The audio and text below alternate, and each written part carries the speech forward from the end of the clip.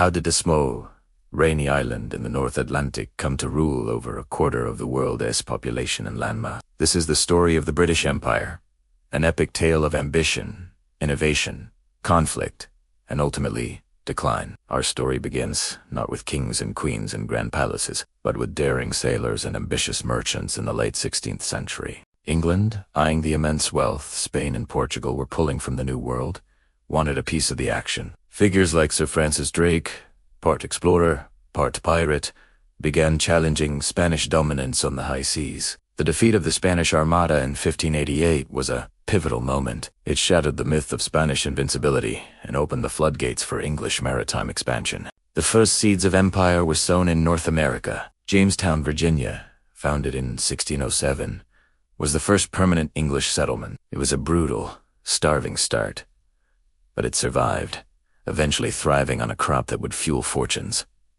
Tobacco. More colonies followed, from the religious separatists in New England to the sugar plantations of the Caribbean, like Barbados and Jamaica. These colonies weren't just about land. They were economic engines, built on the transatlantic slave trade, a dark and brutal system that forcibly moved millions of Africans to work in horrific conditions. This triangular trade generated immense wealth for Britain, laying the financial foundation for its imperial ambitions. Meanwhile, on the other side of the world, a different kind of empire was taking shape. The British East India Company, a private corporation with its own army, began establishing trading posts in India. Initially focused on spices and textiles, the company skillfully exploited local rivalries and political instability through a combination of diplomacy, deception, and military force. Most notably at the Battle of Plassey in 1757, led by Robert Clive. The company transformed from a trading entity into a ruling power, effectively governing vast swaths of the Indian subcontinent. India became the jewel in the crown of the British Empire,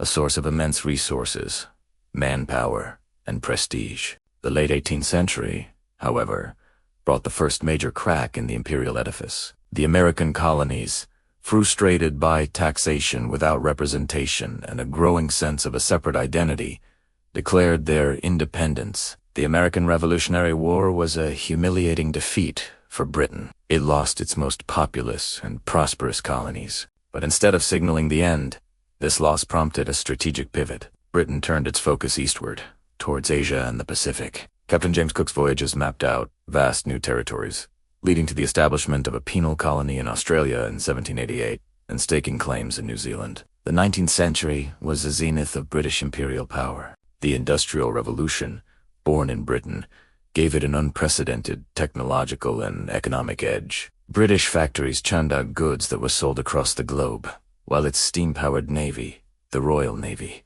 patrolled the oceans, protecting trade routes and enforcing British will. This was the era of Pax Britannica, a period of relative global peace maintained by British naval supremacy.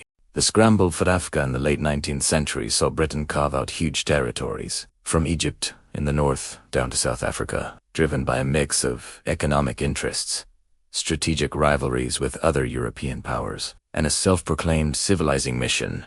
Britain imposed its rule over millions of Africans. Think of Cecil Rhodes and his dream of a Cape to Cairo railway, a symbol of British dominance over the continent. By the dawn of the 20th century, the sun truly never set on the British Empire. It was a global system of colonies, dominions, and protectorates, all linked by trade, telegraph cables, and the English language. But empires, by their very nature, carry the seeds of their own destruction. The two world wars, while ultimately won, bled Britain dry, both economically and psychologically. The cost of fighting was staggering. The wars also shattered the image of European invincibility. People in the colonies had fought and died for the empire, and they began to demand the same freedoms that Britain claimed to be fighting for. The tide of nationalism was unstoppable. In India, Mahatma Gandhi's campaign of non-violent civil disobedience galvanized the nation and made the British position untenable. In 1947,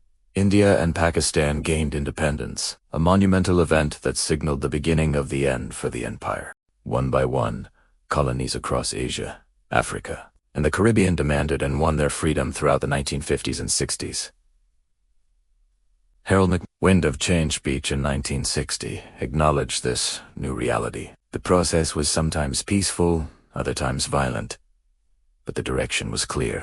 The 1956 Suez Crisis, where Britain was forced into a humiliating withdrawal by American pressure, was the final nail in the coffin, proving it was no longer a top-tier global power. The official end is often marked by the handover of Hong Kong to China in 1997, the last major colonial territory. Today, the legacy of the British Empire is complex and hotly debated.